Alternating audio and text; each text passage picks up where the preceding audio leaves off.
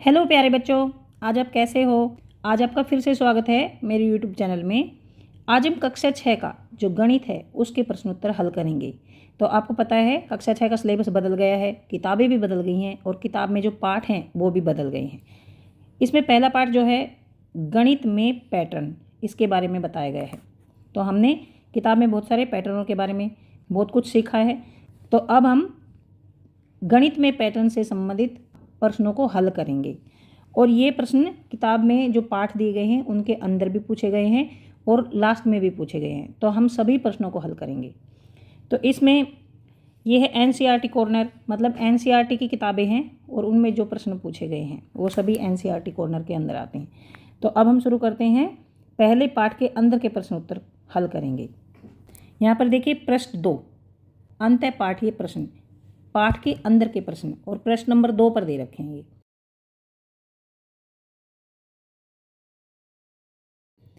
आइए पता लगाएं। प्रश्न 1 है, क्या आप अन्य उदाहरणों के विषय में सोच सकते हैं जहां गणित दैनिक जीवन में हमारी सहायता करता है। तो हमने इस पाठ में बहुत सारे ऐसे उदाहरण पढ़े हैं जिनमें दैनिक जीवन में गणित हमारी सहायता करता है। अब अन्य अन्य ऐसे उदाहरण देने हैं जिनसे ये पता लगता है कि गणित हमारी दैनिक जीवन में सहायता करता है। तो इसका हल है, मतलब उत्तर है इसका, गणित हमारे दैनिक जीवन में हमारी सहायता करता है। यह हमें निम्न प्रकार से सहायता करता है। नंबर 1, देखिए आप डायरेक्ट भी लिख सकते हैं, ये लिखने की भी कोई ज़रूरत नहीं है, आप डायरेक्ट यहाँ से भी लिख सकते हैं। दूरी का पता लगाना, किसी भी दूरी का पता लगाते हैं तो वो गणित से ही पता लगाते हैं।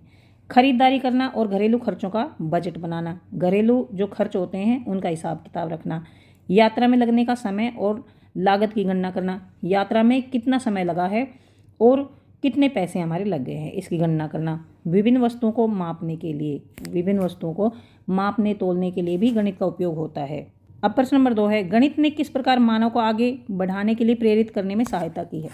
गणित से मानव आगे बढ़ा है, प्रगति हुई है, तरक्की हुई है, तो किस प्रकार से आगे बढ़ने में गणित ने मानव को प्रेरित किया है। तो इसमें है गणित ने किस प्रकार मानव को आगे बढ़ने के लिए प्रेरित किया है। अब यहाँ पर देखिए ये उदाहरण दे दिए हैं कि उन उदाहरणों के विषय में विचार कर सकते हैं आप जिनमें वैज्ञानिक प्रयोग करना, अपनी अर्थव्यवस्था और लोकतंत्र को चलाना, पुलों, घरों, अन्य भवनों को बनाना, टीवी, मोबाइल फोन, कंप्यूटर आदि को बनाना, ये सब इनके उदाहरण आप यूज कर सकते हैं। तो इसमें उत्तर है गणित विज्ञान और प्रौद्योगिकी का अनिवार्य अंग है। यह हमें वास्तविक दुनिया के अनुप्रयोग को अलग अलग तरीकों से समझने में सहायता करता है। गणित सूचनाओं का विश्लेषण, पैटर्न की सहायता, रचनात्मक समाधानों की व्याख्या करता है। यह प्रौद्योगिकियों के निर्माण और सुधार में महत्वपूर्ण भूमिका निभाता है। आधुनिक दुनिया में गणित ने प्रौद्योगिकी विकास, आर्थिक विकास, स्वास्थ्य देखभाल और जीवन स्तर में वृद्धि के माध्यम से मानवता को आगे बढ़ाया है। ये उत्तर है। अब है प्रश्न 3 के प्रश्न उत्तर। प्रश्न 3 पर ये प्रश्न दे रखे हैं।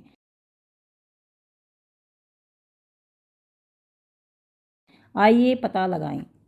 प्रश्न 1, क्या आप सारणी 1 में दिए गए अनुक्रम में पैटर्न की पहचान कर सकते हो।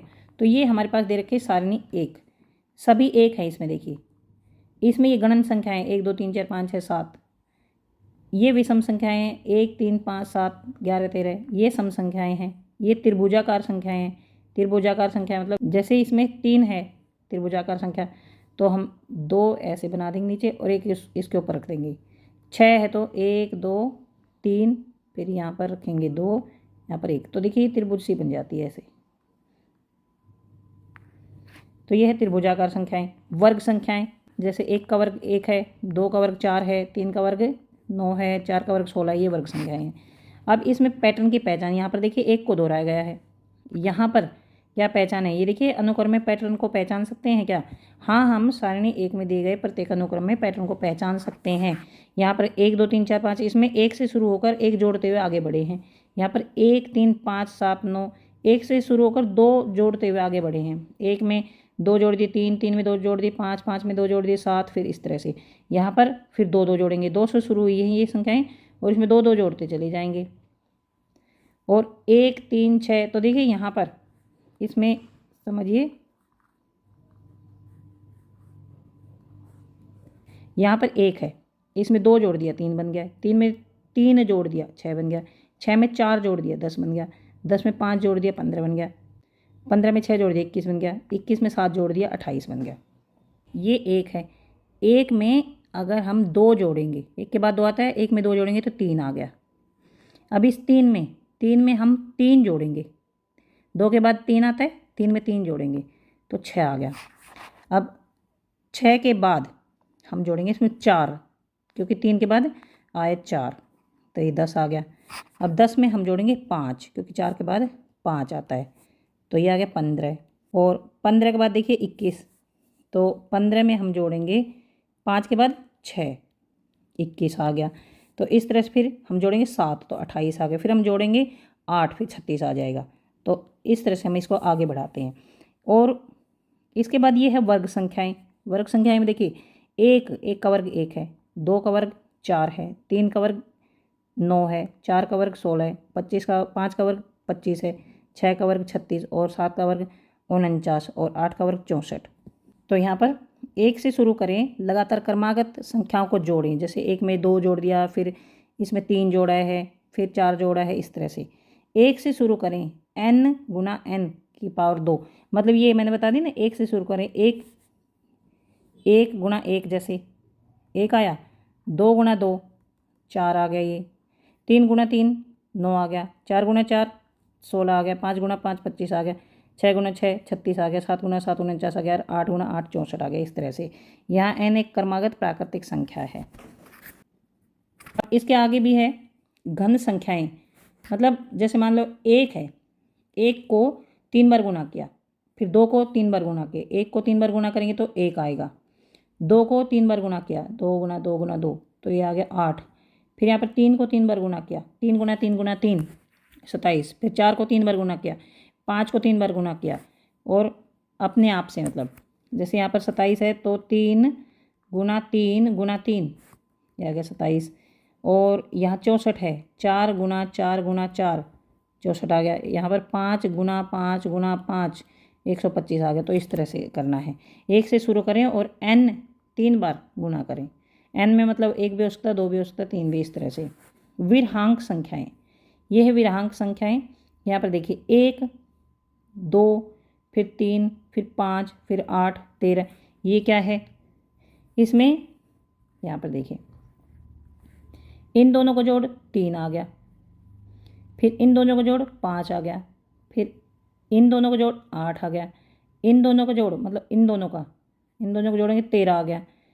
यहाँ पर हम करके अलग से दिखाते हैं। 1 जमा 2 3 आ गया, फिर 2 जमा 3 बराबर 5 आ गया, फिर 3 जमा 5 8 आ गया। मतलब एक तो ये संख्या लेनी है और एक इससे पहले वाली संख्या लेनी है। ये होगी विरहांक संख्याएं। 1 से शुरू करें, तीसरे पद से शुरू करें। प्रत्येक पद पिछली 2 संख्याओं का योग है। ये जैसे मान लो यहाँ पर 8 है तो 8 इन दोनों का योग है। जैसे यहाँ पर मान लीजिए 21 है तो 21 जो है ना वो इन दोनों का जोड़ है, इन दोनों का। 2 की घातें, 2 की घात 0 1 आ गया, 2 की घात 1 2 आ गया, 2 की घात 2 4 आ गया। इस तरह से 2 की घात, जैसे 2 की घात 0 1, 2 की घात 1 2 आ गया, 2 की घात 2 4 आ गया, 2 की घात 3 8 आ गया। इस तरह से 2 की घात 4 5 6 7 ऐसे। 3 की घातें, यहाँ पर 3 की घात, जैसे 3 की घात 0 है तो 1 आ गया, 3 की घात 1 है तो 3 आ गया, 3 की घात 2 है तो 9 आ गया, 3 की घात 3 है तो 27 आ गया, 3 की घात 4 है तो 81 आ गया, 5 है तो ये आ गया, 6 है तो ये आ गया। इस तरह से ये उत्तर आ जाते हैं। उसके बाद प्रश्न नंबर 2 है, सारिणी में दिए प्रत्येक अनुक्रम को उसकी अगली 3 संख्याओं सहित अपनी नोटबुक पर पुनः लिखिए। सारणी 1 में जो अनुक्रम दिया गया है उसकी अगली 3 संख्याओं सहित अपनी नोटबुक पर पुनः लिखिए। प्रत्येक अनुक्रम के बाद उस अनुक्रम में संख्याओं को बनाने वाले नियम को अपने शब्दों में लिखिए। यहाँ पर देखिए हल है, सभी 1 हैं तो ये सभी 1 हैं। इसके आगे भी एक एक एक एक भर देंगे हम खाली स्थान में। इसके बाद प्राकृत संख्याएं 1 2 3 4 7 तक दे रखा है, फिर 8 9 10 ये भर देंगे। उसके बाद विषम संख्याएं 1 3 5 7 11, तो इससे आगे संख्याएं लिख देंगे। इनमें जैसे 13 में 2 जोड़ेंगे 15 आ जाएगा, इसमें 2 जोड़ेंगे ये आएगा, इसमें ये इस तरह से आ जाएगा। सम संख्याएं जैसे ये दे रखी हैं इसके आगे 2 2 जोड़ देंगे, ये आ जाएगा। इसके बाद त्रिभुजाकार संख्याएं 1 3 6 10 15 21 28। तो यहाँ पर देखिए अगली प्राकृत संख्या को पिछली में जोड़ने पर, जैसे 1 में 2 जोड़ा, मैंने बताया था पहले 1 में 2 जोड़ा 3 आ गया, 3 में 3 जोड़ा 6 आ गया, 6 में 4 जोड़ा, 6 में 4 जोड़ा और फिर 10 आ गया, 10 में 5 जोड़ा 15 आ गया, 15 में 6 जोड़ा 21 आ गया, 21 में 7 जोड़ा 28 आ गया, और 28 में 8 जोड़ा, फिर इसमें 9 जोड़ा, इसमें 10 जोड़ा, इसमें 11 जोड़ेंगे, इस तरह से इसमें 3 और इसमें 2, ऐसे आएंगी त्रिभुजाकार संख्याएं। वर्ग संख्याएं जो होती हैं ना, जैसे 1 का वर्ग 1, 2 का वर्ग 2 को 2 से गुणा किया, 3 को 3 से गुणा किया, फिर 4 को 4 से गुणा किया, 5 को 5 से गुणा किया, 6 को 6 से गुणा किया, इस तरह से ये 1 को 1 गुणा करने पर ये आई, 2 को 2 करने पर ये आई, 3 को 3 करने पर ये आई, 4 को 4 गुणा करने पर ये आई और 5 को 5 करने पर ये आई, इस तरह से भर देंगे हम। घन संख्याएं, घन में 1 को 3 बार गुणा किया है 1 आता है, फिर 2 को 3 बार गुणा किया है तो ये 8 आया है, फिर 3 को 3 बार गुणा किया है यह है 27, फिर 4 को 4 बार गुणा किया, इस तरह से घन संख्याएं आ जाएंगी। विरहांक संख्याएं बताया था मैंने कि इन दोनों को जोड़ा तो ये बराबर 3 आ गया, फिर इन दोनों को जोड़ा 5 आ गया, इन मतलब खुद को और उससे पहले वाले संख्या को, जैसे इसको जोड़ा तो 5 आ गया।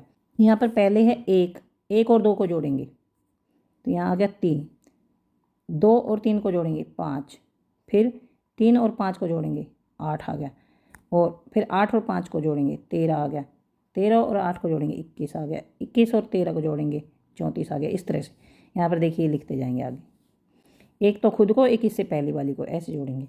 2 की घातें, ये मैंने पहले भी बता दी, 2 की घातें मतलब 2 की घात पहले 0 तो ये आता है 1, 2 की घात 1 करते हैं तो आता है 2, 2 की घात 2 करते हैं तो आता है 4, 2 की घात 3 करते हैं तो आता है 8, 2 की घात 4 करते हैं तो आता है 16, इस तरह से ये आ जाता है। इसके बाद 3 की घातें, 3 की घात 0 बराबर 1, 3 की घात 1 3, 3 की घात 2 9 आ गया, 3 की घात 3 27 आ गया, इस तरह से आगे बढ़ा देंगे हम ये।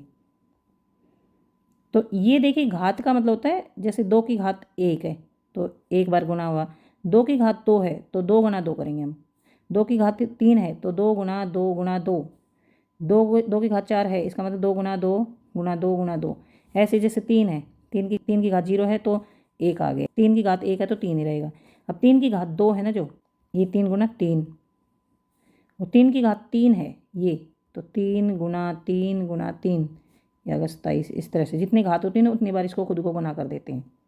यहाँ पर प्रश्न 5 6 आइए पता लगाएं।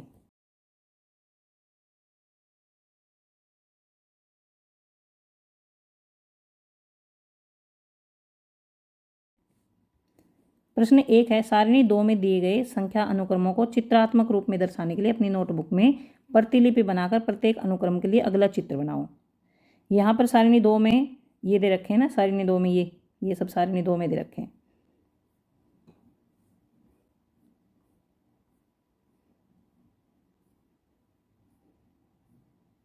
तो यहाँ पर ये सारणी 2 में दे रखे हैं, तो यहाँ पर इनको चित्रात्मक रूप में लिखना है, चित्रात्मक रूप में चित्र बनाना है।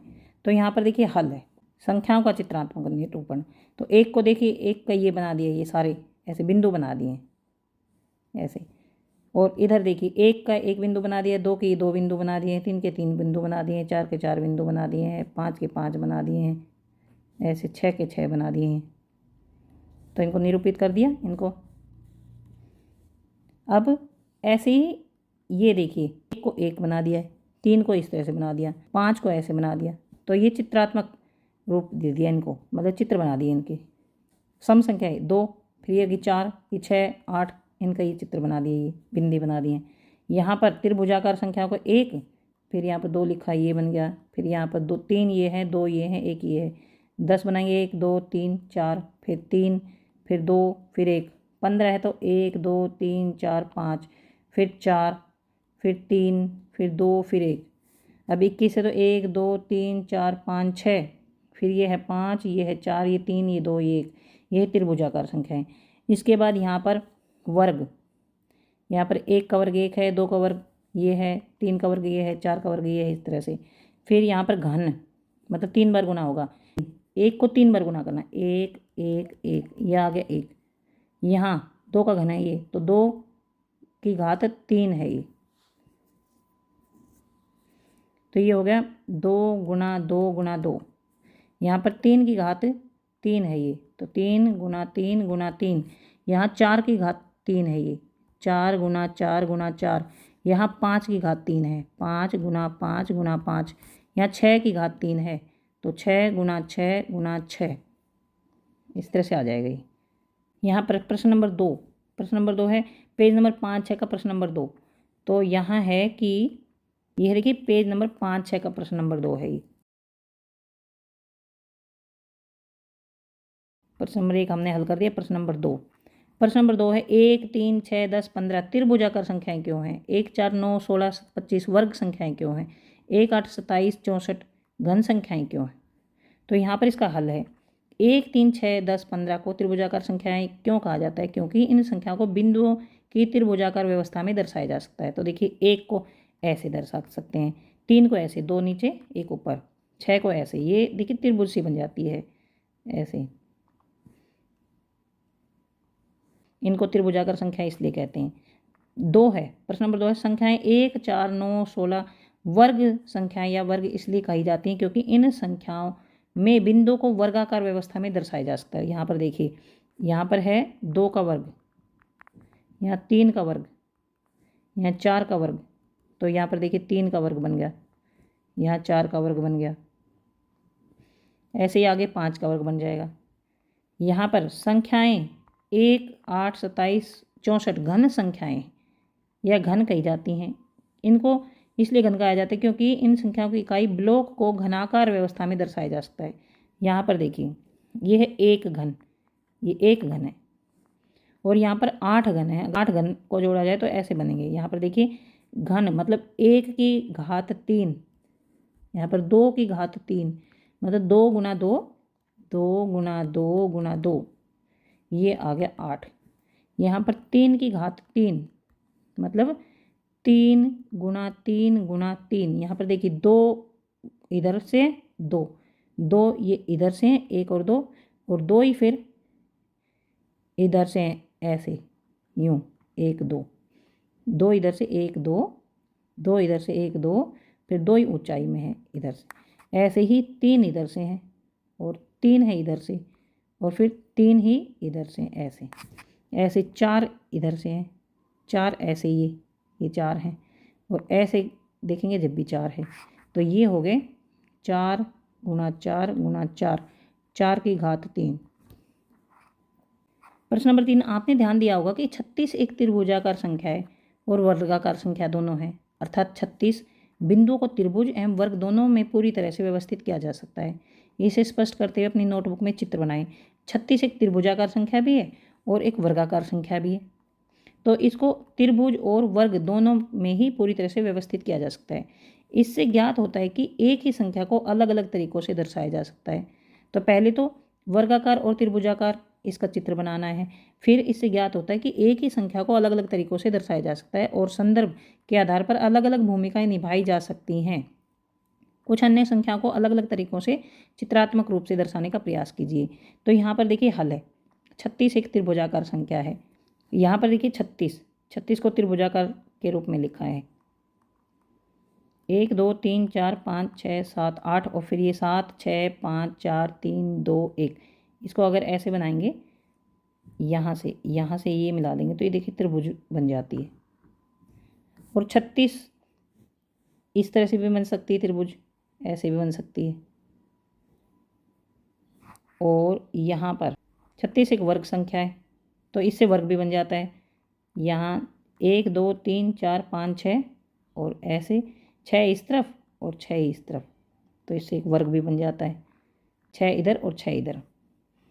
दो अन्य संख्याएं जैसे 10 और 1225 को भी विभिन्न आकृतियों द्वारा दर्शाया जाता है, 10 को और 1225 को। तो ये तो 10 हो गई, 2 4 6 8 10, और इसको देखिए इसमें प्रश्न क्या था, कुछ अन्य संख्याओं को अलग अलग तरीकों से चित्रात्मक रूप से दर्शाने का प्रयास कीजिए। इसको वर्ग या त्रिभुजाकार से नहीं दर्शाना था, इसको अलग अलग तरीकों से चित्रात्मक रूप से दर्शाना है। तो यहाँ पर 10 को ऐसे दर्शा दिया पहले, तो फिर ऐसे त्रिभुजाकार रूप में दर्शा दिया। सम संख्या 10, त्रिभुजाकार संख्या 10। तो यहाँ पर देखिए 1225 की बजाय यहाँ 12 और 25 ले लेंगे, क्योंकि 1225 बहुत ज़्यादा हो जाती है। 12 और 25 ले लेते हैं। तो 12 को हम दर्शाएंगे तो 1 2 3 4 5 6 7 8 9 10 11 12। तो ये इस तरह से दर्शा दिए। तो हमने एक हम ऐसे भी दर्शा सकते हैं, 1 2 3 1 2 3 1 2 3 1 2 3 12 को ऐसे भी दर्शा सकते हैं और आयत रूप में भी दर्शा सकते हैं। अब ये 25 है, 25 को भी हम अलग अलग तरह से दर्शा सकते हैं। 1 2 3 4 5 1 2 3 4 5। तो 5 5 की लाइन बना के वर्गाकार रूप में हम इसको दर्शा सकते हैं। 25 को एक तो वर्ग के रूप में दर्शा दिया, और एक हम इसको विषम संख्या के रूप में भी दर्शा सकते हैं। जैसे 2 2 के जोड़े बना लेंगे, 1 2 3 4 5 6 7 8 9 10 11 12 13 14 15 16 17 18 19 20 22 23 24 25 26 25 26 नहीं 25 ओनली। ये होगी विषम संख्या, ये होगी 25। और ये हो गया वर्ग हो गया 25। दो तरह से इसको दर्शा दिया। यहाँ पर देखिए वर्ग हो गया ये 12, यहाँ पर वर्ग हो गया 12 वर्ग 12, और यहाँ पर आयत होगी 12। तो इस तरह से हम चित्रात्मक रूप में एक ही संख्या को अलग अलग तरह से दर्शा सकते हैं। प्रश्न नंबर 4, आप संख्याओं के निम्नलिखित अनुक्रम को क्या कहेंगे? देखिए 1, फिर 7 है, फिर 19 है, और फिर है 37। तो ये देखिए 1 है, फिर इसको यहाँ 1 ले लिए, बीच में 1 2 3 4 5 6 ये, और एक ये 7 हो गई है। और ऐसे ही फिर ये बीच में 7 आ गई, ये 7 है ना बीच में, फिर इसके साइडों में 1 2 3 4 5 6 7 8 9 10 11 12। पहले 6 थी, फिर 12। अब यहाँ पर देखिए ये लास्ट में देखते हैं ये कितनी है। ये तो देखिए 6 हो गई, ये होगी 12 ये वाली। फिर इसमें 1 2 3 4 5 6 7 8 9 10 11 12 13 14 15 16 17 18, मतलब 6 बढ़ती चली जाती हैं, 6 इसमें बढ़ती चली जाती हैं। तो इसको बोलेंगे हम षटभुजाकार। इन्हें षटभुजाकार संख्याएं कहते हैं। इन्हें अपनी नोटबुक में बनाइए, अनुक्रम में अगली संख्या क्या होगी। तो यहाँ पर है पहले 1 है, फिर 7 है, फिर 19 37, ये तो दे ही रखी हैं। इसके आगे की षटभुजाकार संख्या क्या होगी? तो यहाँ पर देखिए हमने पहले 1 था, 1 में 6 जोड़ा तो ये 7 आ गया। अब 7 में फिर क्या, 6 का डबल क्या हुआ 12, 7 में 12 जोड़ा तो 19 आ गया। फिर 19 में फिर 12 दूनी 24 जोड़ा, फिर ये 37 आ गया। मतलब 1 में 1, ये हो गया 1 जमा 6 7 हो गया, ये हो गया 7 जमा 12 19 हो गया। फिर ये हो गया 19 जमा 18, ये हो गया 37। फिर हो गया 37 जमा, ये देखिए 6 दूनी 12 6 3 18 6 चौक 24, ये आएगी। 7 और 4 11 के 21 लेख 3 और 3 6 61 आएगी। तो यहाँ पर इसको षटभुजाकार संख्याएं कहते हैं। यह पैटर्न इस प्रकार है। यहाँ पर प्रथम संख्या 6 है, 1 में 6 जोड़ दिया, इसमें प्रथम संख्या 1 है, फिर उसमें 1 में 6 जोड़ दिया। यहाँ ये मत लिखना, यहाँ ये मत लिखना, सीधा ही चलते हैं। यहाँ पर 1 है पहले, फिर 1 में 6 जोड़ दिया 7 आ गई, फिर 6 दूनी 12 जोड़ दिया इसमें 7 में, फिर जो उत्तर आया उसमें 18 जोड़ दिया, फिर जो उत्तर आया 37 आया ना उसमें 24 जोड़ दिया तो 61 आया। फिर जैसे 6 दूनी 12 6 3 6 24 6 5 30 जोड़ेंगे 61 में। इस तरह से इस अनुक्रम में अगली संख्या 61 होगी। और इसको इस प्रकार दर्शाया जा सकता है। ये देखिए 61 है, ये इसको इस तरह से दर्शाया जा सकता है। ये है 61। अब है प्रश्न नंबर 5, क्या आप 2 की घात के अनुक्रम का चित्रीय निरूपण कर सकते हैं? 3 की घात का। क्या आप 2 की घात के अनुक्रम का चित्रीय निरूपण कर सकते हैं? 3 की घात का। यहाँ 2 की घात के चित्रात्मक प्रस्तुतिकरण का एक संभावित तरीका दिया गया है। यहाँ पर देखिए 2 की घात 0, 2 की घात 1, 2 की घात 2, 2 की घात 3 और 2 की घात 4। 2 की घात 1 आ गया 2, 2 की घात 2 आ गया 4, 2 की घात 3 आ गया 8, 2 की घात 4 आ गया 16। तो यहाँ पर 2 की घात का के अनुक्रम का चित्रीय निरूपण, यहाँ पर ये 2 की घात 0 होती है ना, वो 1 होता है, तो 1 है ये। 2 की घात 1 हो गया 2, तो ये 2 बिंदु बना दिए। और 2 की घात 2 ये 4 बिंदु बना दिए हैं। और 2 की घात 3 फिर 8 आएगा, तो ये 8 बना दिए हैं। फिर 2 की घात 4 तो ये 16 आ गया। 4 4 8, 4 3 12, 4 4 16। हाँ, यह चित्रात्मक प्रस्तुतिकरण का एक संभावित तरीका है। अब 2 की घात, यहाँ पर देखिए 16 बना दिया ना, उसके बाद यहाँ पर यहाँ तक 16 आ गया, फिर ये आ गया 32, 32 में ये दोनों आ गई 16, 16 तो ये है, 16 ये 32। अब हम 3 की घात का बनाएंगे। 3 की घात का, 3 की घात का एक देखिए 3 की घात 0 1, 3 की घात 1 3, 3 की घात 2, 3 की घात 2 ये हो गया 9, और 3 की घात 3 ये हो गया 3 गुणा 3 गुणा 3 आ गया 27। 3 की घात 2 ये हो गया 3 गुणा 3 बराबर 9। तो ये हमने इसको भी 3 की घात को भी 3 की घात का अनुक्रम बना दिया है।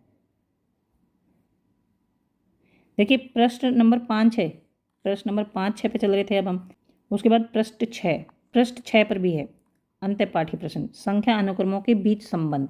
कभी कभी संख्या अनुक्रम आश्चर्यजनक तरीकों से एक दूसरे से संबंधित हो सकते हैं। आश्चर्यजनक तरीके से एक दूसरे से संबंधित हो सकते हैं कभी कभी संख्या अनुक्रम। वो कैसे? यहाँ पर देखिए उदाहरण, क्या होता है जब हम विषम संख्याओं को जोड़ना प्रारंभ करते हैं। ये विषम संख्याएं, ये विषम संख्याएं हैं। अगर इनको हम जोड़ते हैं, जैसे एक शुरू वाली विषम संख्या है, इसमें हम 3 जोड़ते हैं तो 4 आ गया।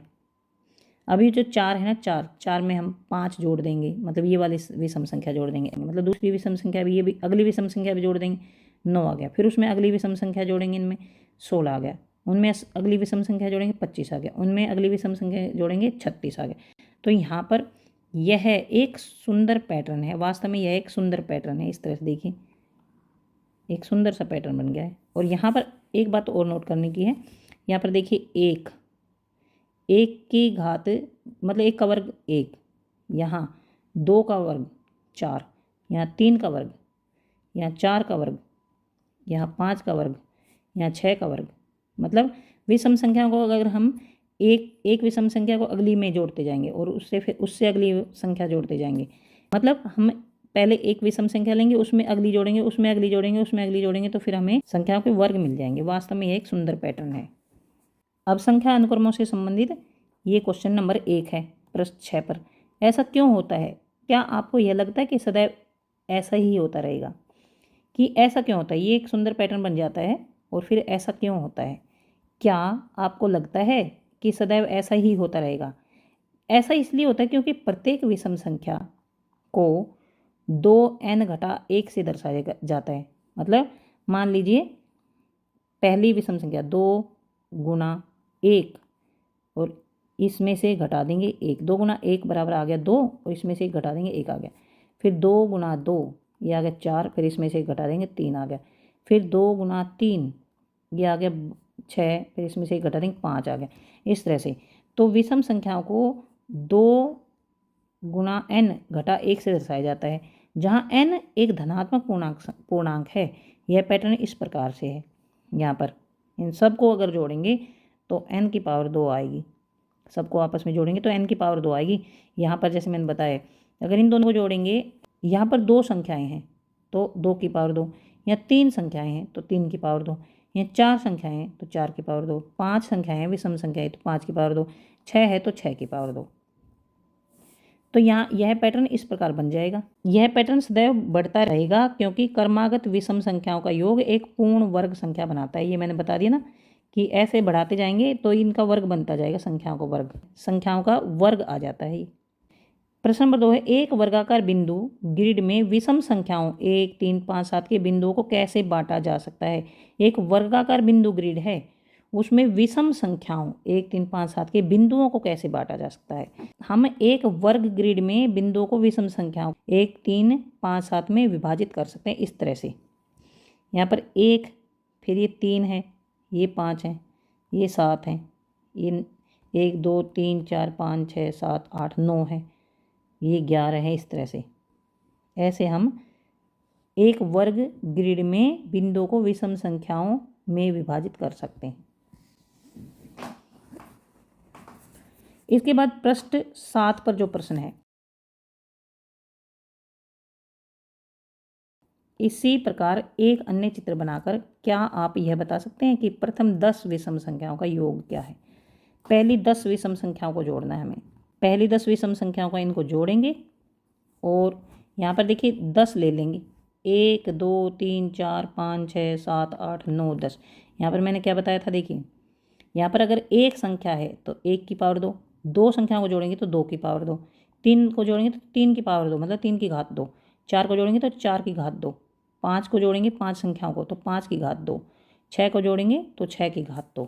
तो इस तरह से यहाँ पर हमें 10 विषम संख्याएं जोड़नी। 10 तो 10 की घात 2 तो 10 की घात 2, ये आ गया 100। सीधा जोड़ देंगे, इनको एक एक करके जोड़ने की जरूरत नहीं है।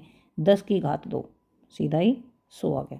और इसको फिर हम ऐसे निरूपित करेंगे। पहले है 1, 3 है, ये 3 है, ये 5 है, ये 7 है, इधर 9 है, फिर 11 है, फिर ये 13 है, फिर इधर ये 15 है, फिर इधर है 15 के बाद 17, फिर 19।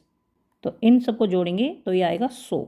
अब आगे हम प्रश्न नंबर 2 पर। अब एक ऐसे ही चित्र की कल्पना कीजिए या आवश्यकता अनुसार आंशिक चित्र बनाकर क्या आप बता सकते हैं कि प्रथम 100 विषम संख्याओं का योग क्या होगा। प्रथम 100 विषम संख्याओं का योग क्या होगा। ऐसे चित्र की कल्पना कीजिए और आवश्यकता अनुसार छोटे आकार में बनाकर इसे समझाइए। तो ये देखिए 100, पहली 100 विषम संख्याएं 1, 3, 5। अभी हमने 10 विषम संख्याओं का जोड़ किया था, अब हम 100 विषम संख्याओं का जोड़ करेंगे तो 100 की घात 2 कर देंगे। 10 की क्या था, 10 का जोड़ किया था, 10 की घात 2 कर दी हमने। अब 100 का करेंगे तो 100 की घात 2 कर देंगे। तो ये आ गया 100 गुना 100, 100 की घात 2, 1, 2, 3, 4, 4 जीरो लगा देंगे, 1, 2, 3, 4 और एक डंडा लगा देंगे। कितना आसान है। अगर वैसे हमें जोड़ना पड़े ना 100 विषम संख्याओं को तो बहुत देर लग जाएगी, लेकिन ये शॉर्टकट है। देखिए कितनी जल्दी जुड़ गया है। अब है पृष्ठ 8 का प्रश्न। पृष्ठ 8 पर कौन सा प्रश्न है। क्या आप नीचे दिए गए ग्रिड बिंदु से एक ऐसा ही चित्रात्मक स्पष्टीकरण ज्ञात कर सकते हैं। नीचे दिए गए ग्रिड बिंदु से एक ऐसा ही चित्रात्मक स्पष्टीकरण ज्ञात कर सकते हैं। यहाँ पर ये ग्रिड दे रखा है, यहाँ पर ये है, ये ग्रिड दे रखा है। यहाँ पर देखिए 1, फिर ये 3, 5, इस तरह से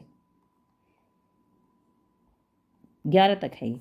तो यहाँ पर 11 तक है तो यहाँ पर देखिए 1, 2, 3, 4, 5, 6, 6 की पावर 2 आ जाएगी, 36 आ गया उत्तर।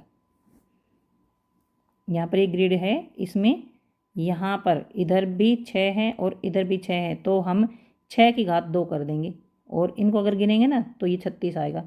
इनको अगर गिनेंगे तो ये भी 36 आएगा और 6 की घात 2 करेंगे तब भी 36 आएगा। अब है प्रश्न संख्या 8 और 9 अंत पाठ्य प्रश्न।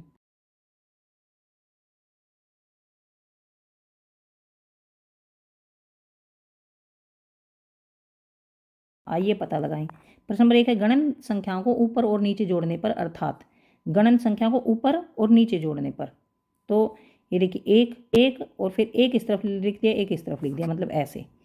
जैसे कि पहले लिख दिया 1, फिर यहाँ पर लिख दिया 2, फिर यहाँ लिख दिया 3, फिर यहाँ लिख दिया 4। तो यहाँ पर देखिए 1, फिर इधर भी 1 लगा देंगे, इधर भी 1 लगा देंगे, फिर यहाँ पर इधर 2 लगाएंगे, इधर 2 लगाएंगे और इधर 1 लगाएंगे, इधर 1 लगाएंगे, फिर यहाँ पर 3 लगाएंगे, इधर भी 3 लगाएंगे, फिर इधर 2 लगाएंगे, इधर भी 2 लगाएंगे, फिर यहाँ पर 1 लगाएंगे और इधर भी 1 लगाएंगे। ऐसे ऐसे जोड़ते चले जाएंगे।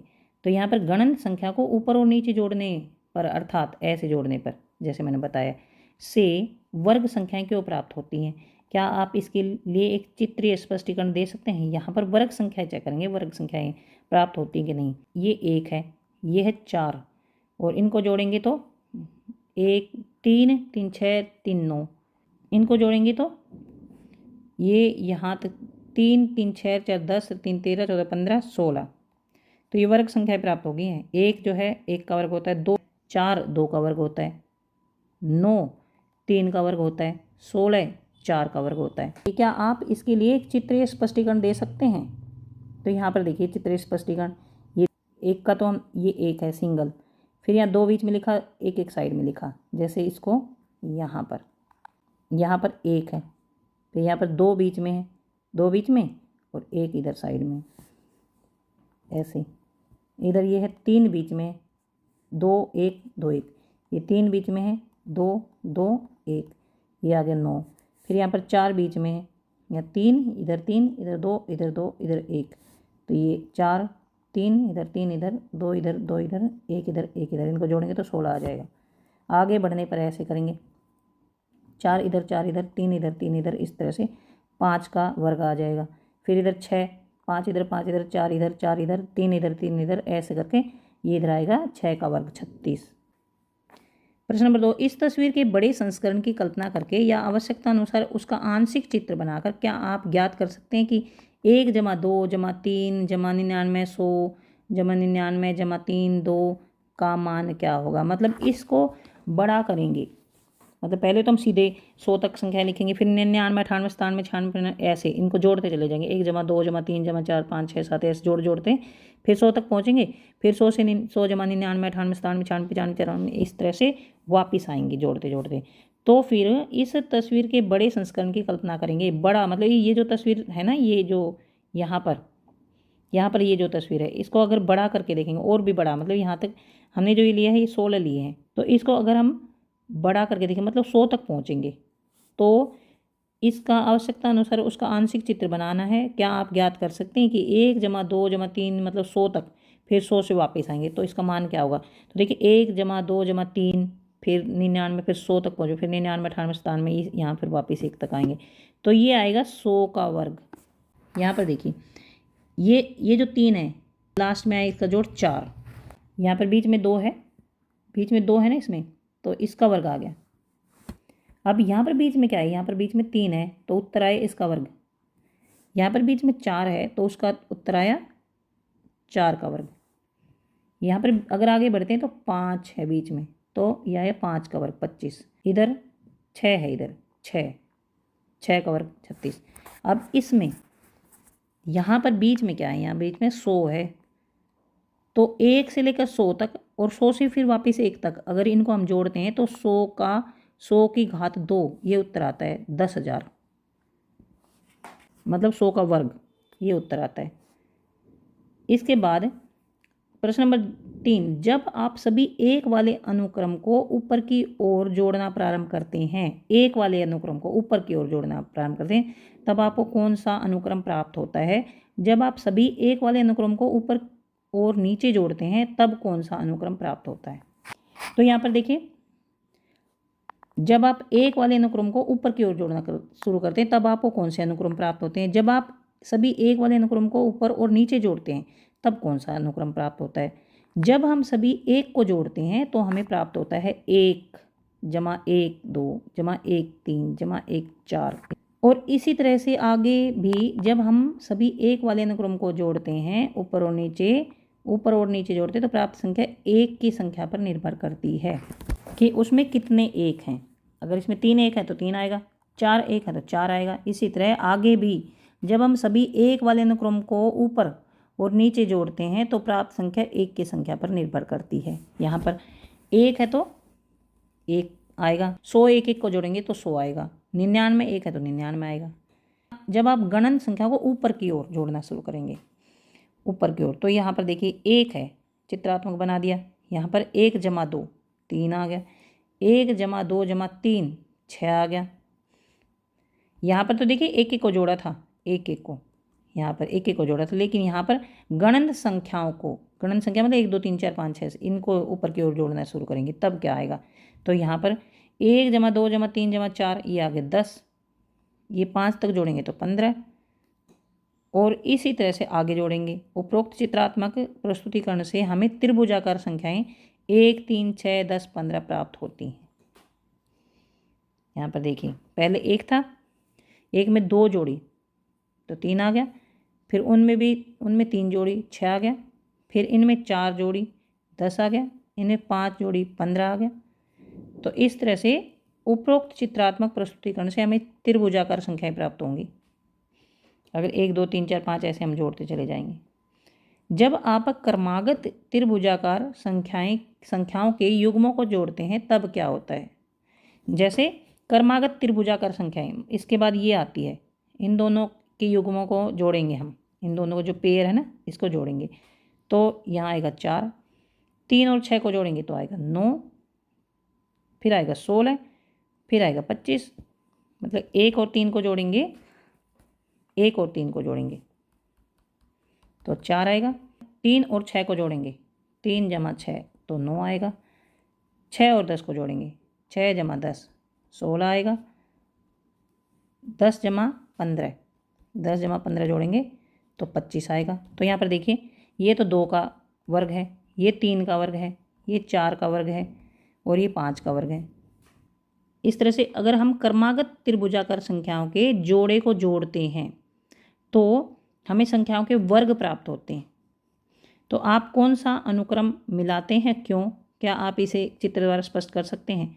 यहाँ पर देखिए, इनको 1 3 को जोड़ेंगे तो 4 आ जाएगा, 3 6 को जोड़ेंगे तो 9 आ जाएगा, इस तरह से 6 और 10 को जोड़ेंगे तो 16 आ जाएगा, 10 15 को जोड़ेंगे 25 आ जाएगा। तो ये वर्ग हो गया, 2 गुना 2, 3 गुना 3, 4 गुना 4, 5 गुना 5, ये वर्ग हैं।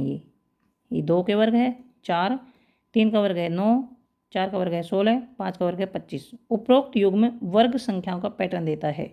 हाँ, इसे चित्र द्वारा स्पष्ट कर सकते हैं। क्रमागत त्रिभुजाकार संख्याओं को जोड़ने पर देखिए 1 जमा 3, यहाँ पर 1 जमा 3 है, यहाँ पर 3 जमा 6, ये 3 जमा 6 है, ये 6 जमा 10, ये 6 जमा 10 है, 10 जमा 15, ये 10 जमा 15 है। उपरोक्त युग्म वर्ग संख्याओं का पैटर्न देता है। हाँ, इसे चित्र द्वारा स्पष्ट कर सकते हैं। ये चित्र बना दिए इनके, तो एक पैटर्न सा बन गया। देखिए, ये नीचे ये बढ़ती जाएगी त्रिभुज और ऊपर ये बढ़ते जाएंगे ये पॉइंट्स। प्रश्न 6, जब आप 1 से प्रारंभ करते हुए 2 की घातों को जोड़ना प्रारंभ करते हैं तब क्या होता है। 1 से प्रारंभ करके 2 की घातों को जोड़ना प्रारंभ करते हैं। उदाहरण के लिए 1 और 1 जमा 2, 1 जमा 2 जमा 4, 1 जमा 2 जमा 4 जमा 8, 1 से आरंभ करके 2 की घातों को जोड़ना शुरू करेंगे तो क्या होता है। अब इनमें से प्रत्येक संख्या में 1 जोड़ दीजिए, आप कौन सी संख्याएं प्राप्त करते हैं, ऐसा क्यों।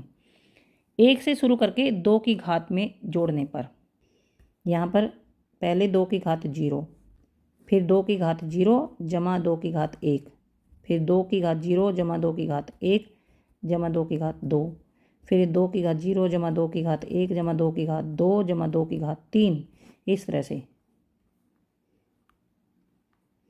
फिर यहाँ पर आएगा 2 की घात 0 जमा 2 की घात 1 जमा 2 की घात 2 जमा 2 की घात 3 जमा 2 की घात 4, ये आ जाएगा ये। तो इनको आप जोड़ेंगे तो अब इनमें से प्रत्येक संख्या में 1 जोड़ दीजिए, आप कौन सी संख्याएं प्राप्त करते हैं। तो यहाँ पर 1 3 7 15 31, इस तरह से। अब इनमें 1 1 और जोड़ देना है, तो यहाँ पर 1 में 1 जोड़ देंगे 2 आएगा, फिर इनमें 1 जोड़ देंगे 4 आएगा, इनमें 1 जोड़ेंगे तो 8 आएगा, इनमें 1 जोड़ेंगे तो 16 आएगा, इनमें 1 जोड़ेंगे तो 32 आएगा। हमें प्राप्त अनुक्रम जिसमें अगली संख्या पिछले पद को 2 से गुणा करके प्राप्त होती है। यहाँ पर 2 आ गया, फिर 2 को 2 से गुणा किया 4 आ गया, 4 को 2 से गुणा किया 8 आ गया, 8 को 2 से गुणा 16 आ गया, 16 को 2 से गुणा किया 32 आ गया। हमें प्राप्त अनुक्रम जिसमें अगली संख्या पिछले पद को 2 से गुणा करके प्राप्त हुई है, ये आता है।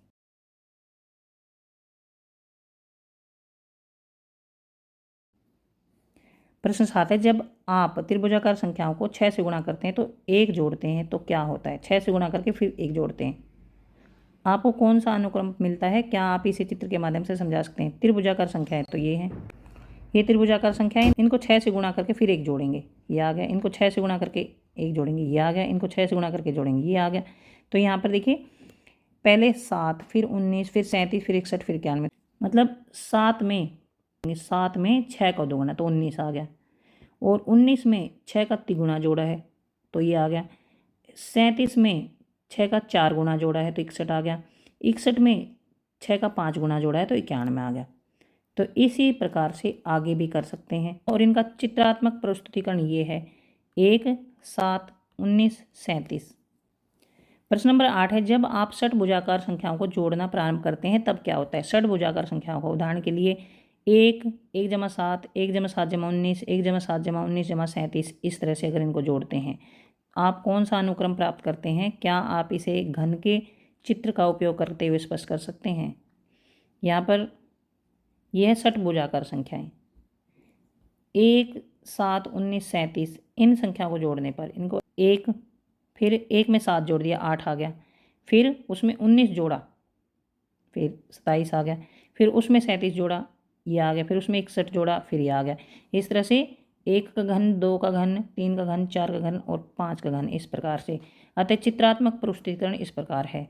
ये 1 का घन है, ये 2 का घन है, ये 3 का घन है, ये 4 का घन है, ये 5 का घन है। प्रश्न नंबर 9 है, सारणी 1 में दिए गए अनुक्रमों में दो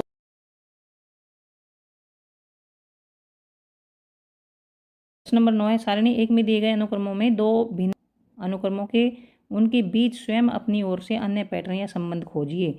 सारणी 1 में दिए गए अनुक्रमों में और दो भिन्न अनुक्रमों के उनके बीच स्वयं अपनी ओर से अन्य पैटर्न और संबंध खोजिए। क्या एक चित्र या किसी अन्य माध्यम से आप यह स्पष्ट कर सकते हैं कि ऐसा क्यों होता है। जब हम गणन संख्याओं को और उनका उल्टा करके जोड़ते हैं तो हमें प्राप्त होता है। तो देखिए यहाँ पर 1 है, फिर 1 जमा 2 जमा 1 4 आ गया, 1 जमा 2 मतलब 3 बीच में लिखेंगे, इधर 2 इधर 2 इधर 1 इधर, ऐसे ही 9 आ गया। फिर ऐसे 4 बीच में लिखेंगे, फिर इधर 3 इधर 3 इधर 2 इधर 2 इधर 1, तो ये 16 आ गया। और जब हम त्रिभुजाकार दो संख्याओं को आपस में जोड़ते हैं तो हमें प्राप्त होता है। तो हमारे पास ये आ गया है 4, ये ऐसे। इसी प्रकार हम निम्नलिखित पैटर्न बना सकते हैं। 1 की घात 3 बराबर ये आ गया 1, तो 1 की घात 2, यहाँ 1 की घात 3 जमा 2 की घात 3 9 आ गया। तो यहाँ 1 जमा 2 मतलब इनको 1 जमा 2 इसकी घात 2, यहाँ 1 की घात 2 की घात 3 की घात 36 आ गया। तो 1 2 3 इनकी घात 2 कर सकते हैं। यहाँ पर 1 की घात 3 2 की घात 3 4 की 3 की घात 3 4 की घात 3, तो ये आ गया 100। अब इसमें 1 जमा 2 जमा 3 जमा 4 इसकी घात 2, तो ये पैटर्न हम अपनी तरफ से बना सकते हैं। अतः हम कह सकते हैं कि अनुक्रम परस्पर एक दूसरे से संबंध रखते हैं। अब हम पृष्ठ 11 पर जो प्रश्न उत्तर दे रखे हैं वो करते हैं। यहाँ पर ये है पृष्ठ 11 में जो प्रश्न है, आइए पता लगाएं। क्या आप सारणी 3 के प्रत्येक अनुक्रम में पैटर्न की पहचान कर सकते हैं। और दूसरा ये है सारणी 3 के प्रत्येक अनुक्रम में, ये पृष्ठ 11 के हैं। पृष्ठ 11 पे जो प्रश्न है वो है ये पृष्ठ 11 पर। प्रश्न नंबर 1 है, क्या आप सारणी 3 के प्रत्येक अनुक्रम में पैटर्न की पहचान कर सकते हैं।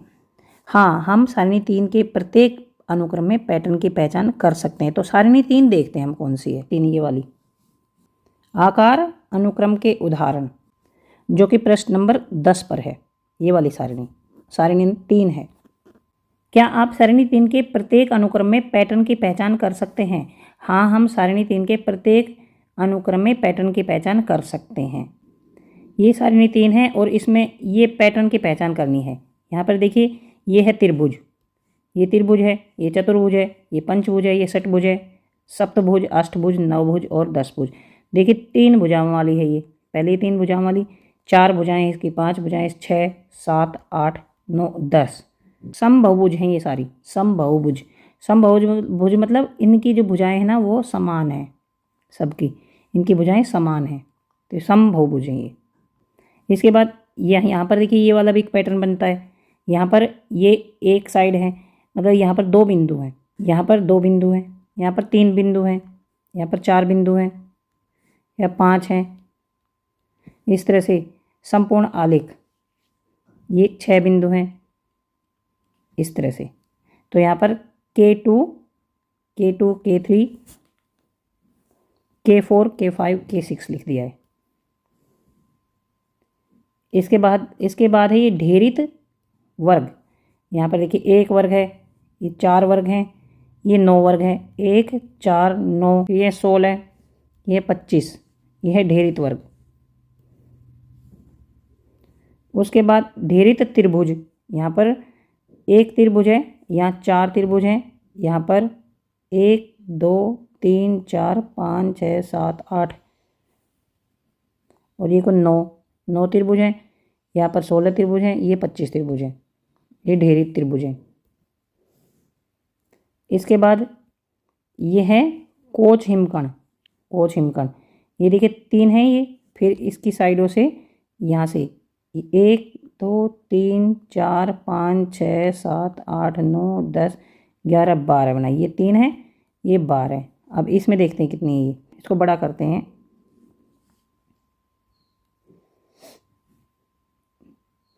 1 2 3 4 5 6, ये 7 और 8, फिर होगी 9 10 11 12 13 14 15 16 17 18 19 20 21 22 23 24 25 26 27 28 29 30 31 32 33 34 35 36 37 38 39 40 41 42 43 44 45 46 47 48, ये है 48।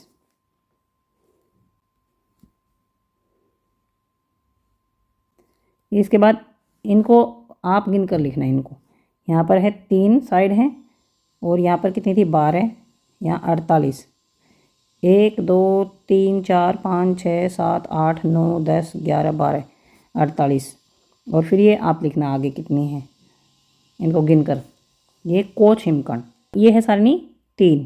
तो हमने सारणी 3 देख ली है। अब प्रश्न 11 है, उस पर आइए पता लगाएं। जो ये सारणी 3 है उसमें प्रश्न है। तो यहाँ पर प्रश्न 1 है, क्या आप सारणी 3 के प्रत्येक अनुक्रम की पैटर्न की पहचान कर सकते हैं? हाँ, हम सारणी 3 के प्रत्येक अनुक्रम में पैटर्न की पहचान कर सकते हैं। पहला पैटर्न क्या था? समबहुभुज। इस अनुक्रम में क्रमागत बहुभुज की भुजाओं की संख्या 1 जोड़ने पर प्राप्त होता है, जैसे त्रिभुज, चतुर्भुज, पंचभुज। उसके बाद संपूर्ण आलेख। इस अनुक्रम में शीर्षों की संख्या में 1 जोड़ने पर अगली आकृति आ जाती है, जैसे K2 K3 K4 K5, ये मैंने बताया था। इसके बाद ढेरित वर्ग है। इस अनुक्रम में क्रमागत प्राकृत संख्याओं का ढेर ढेरित वर्ग को दर्शाता है, जैसे 1 4 9 16, ये वर्ग संख्याएं हैं। वर्ग संख्याएं जैसे 1 है 1 का वर्ग, और ये है 2 का वर्ग, ये है 3 का वर्ग, ये है जैसे यहाँ लिख लेंगे 1 का वर्ग, ये है 2 का वर्ग, ये 3 का वर्ग है, और ये 4 का वर्ग है, और ये जो है ये 5 का वर्ग है। इसके बाद है ढेरित त्रिभुज। ढेरित त्रिभुज क्या होती हैं? इस अनुक्रम में 1 से शुरू करने पर और क्रमागत बड़ी त्रिभुज में क्रमागत विषम संख्याओं के योग दर्शाते हैं। तो हमने क्या पढ़ा था? 1 से शुरू करने पर और क्रमागत बड़ी त्रिभुज में क्रमागत विषम संख्याओं के योग दर्शाते हैं। पहले आया था 1, फिर आया था 3, फिर आया था 9, और फिर आया था 12। तो देखो इसको यहाँ पे जोड़ा, फिर इसको इसमें जोड़ा, फिर इसको इसमें जोड़ा, इस तरह से आया था। अब प्रश्न नंबर 2 है। प्रश्न नंबर 2 है, सारणी 3 के प्रत्येक अनुक्रम को अपनी नोटबुक में पुनः बनाने का प्रयास कीजिए। क्या आप प्रत्येक अनुक्रम में अगले आकार को खींच सकते हैं? क्यों और क्यों नहीं? सारणी 3 में प्रत्येक अनुक्रम को अपनी नोटबुक में पुनः बनाना है। क्या आप प्रत्येक अनुक्रम में अगले आकार को खींच सकते हैं? हाँ, खींच सकते हैं। क्यों और क्यों नहीं? प्रत्येक अनुक्रम के बाद अपने शब्दों में उस नियम और पैटर्न की व्याख्या कीजिए जिसके अनुसार उसका अनुक्रम में आकार बन रहे हैं। हाँ, हम तालिका 3 में प्रत्येक अनुक्रम का अगला आकार बना सकते हैं। समबहुभुज का बना सकते हैं। 10 भुजाओं तक दे रखा है, 11 भुजाओं वाला बनाना है बहुभुज।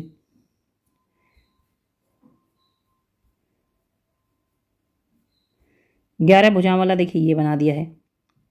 1 2 3 4 5 6 7 8 9 10 11।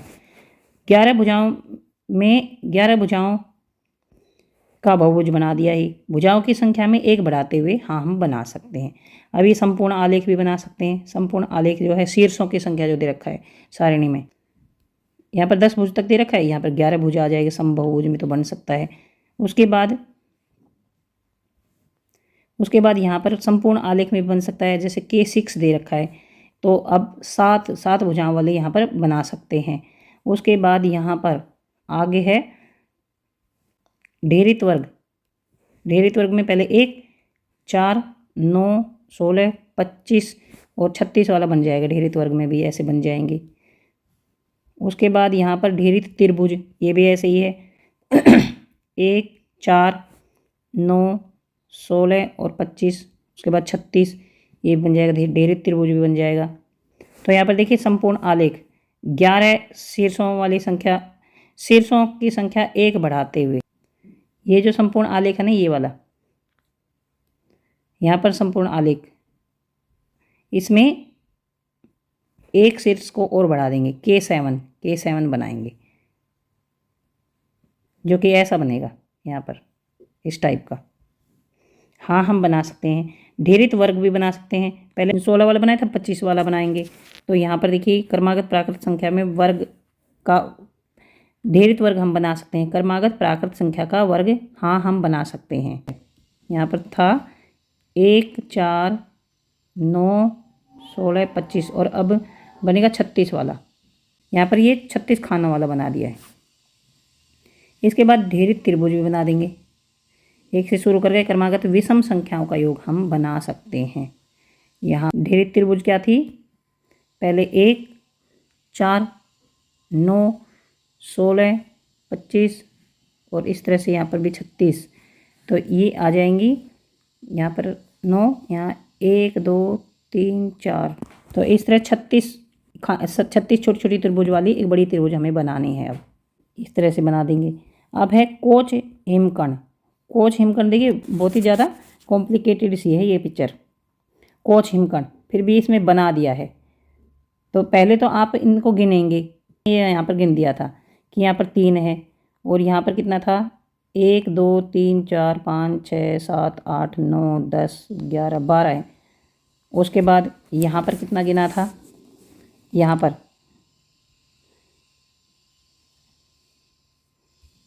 12 के बाद यहाँ पर कितना गिना था, यहाँ से गिनते हैं 1 2 3 4 5 6 7 8 9 10 11 12 13 14 15 16 17 18 19 20 21 22 23 24 25 26 27 28 29 30 31 32 33 34 35 36 37 38 39 40 41 42 43 44 45 46 47 48, यहाँ पर 48 है।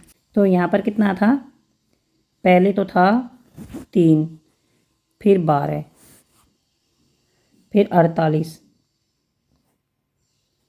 तो यहाँ पर देखिए 3 3 चौक 12, 3 गुना 4 और यह है 12 चौक 48, 12 गुना 4, यहाँ पर 48 गुना 4, यहाँ पर 12, यहाँ पर 48, तो देखिए 3 गुना 4 12 आ गया और 12 गुना 4 48 आ गया। अब 48 गुना 4 जितना भी आए ये आ गया और 48 गुना 4 हम देखते हैं कितना आता है, 4 8 32, 4 चौक 16 17 18 19, ये आ जाता है। फिर इसके बाद 192 गुना 4 ये आ जाएगा, 4 दूनी 8, 4 नीम 36 का 6 का 3, 4 एकम 4 3 7, ये आ गई। यहाँ पर देखिए इनके बाद ये जो दे रखे ना संख्या अनुक्रमों के संबंध, इनके ऊपर तो ये वाले दे रखे जो अभी किए हैं और इनके नीचे यहाँ पर ये दे रखे हैं। आइए पता लगाएं ये वाले प्रश्न, और उसके बाद 12 पर भी दे रखे हैं, पेज 12 पर ये दे रखे हैं, मतलब जो 11 पर दे रखे हैं वो पेज 12 तक जाते हैं, ये सब दे रखे हैं। उसके बाद पाठ खत्म हो जाता है, ये चैप्टर खत्म हो जाता है। ये है प्रश्न 11 पर, क्या आप सारणी 3 के प्रत्येक अनुक्रम पैटर्न की पहचान कर सकते हैं। तो यहाँ पर देखिए 2 प्रश्न हैं, ये वाले 2 प्रश्न हैं, ये वाले पृष्ठ 11 पर। उसके बाद भी पृष्ठ 11 पर प्रश्न है, उसके बाद भी यहाँ जो ये लिख रखा है ना ये वाला, इसके नीचे भी है पृष्ठ 11 पर, इसके बाद में आएंगे ये वाले ये पृष्ठ 11 पर हैं। उसके बाद पृष्ठ 12 पर हैं, फिर बार बार बताने की जरूरत नहीं होगी क्योंकि बार बार इसमें आएगा पृष्ठ 11 पृष्ठ 12। यहाँ पर ये देखिए ये पृष्ठ 12 पर है, 5 ये हो गए और इसके बाद ख़त्म। तो पृष्ठ 11 के जो पहले वाले प्रश्न तो हम कर चुके हैं, जो इसके नीचे है ना ये वाले तो हमने कर लिए हैं, ये दोनों तो हम कर चुके हैं ये वाले।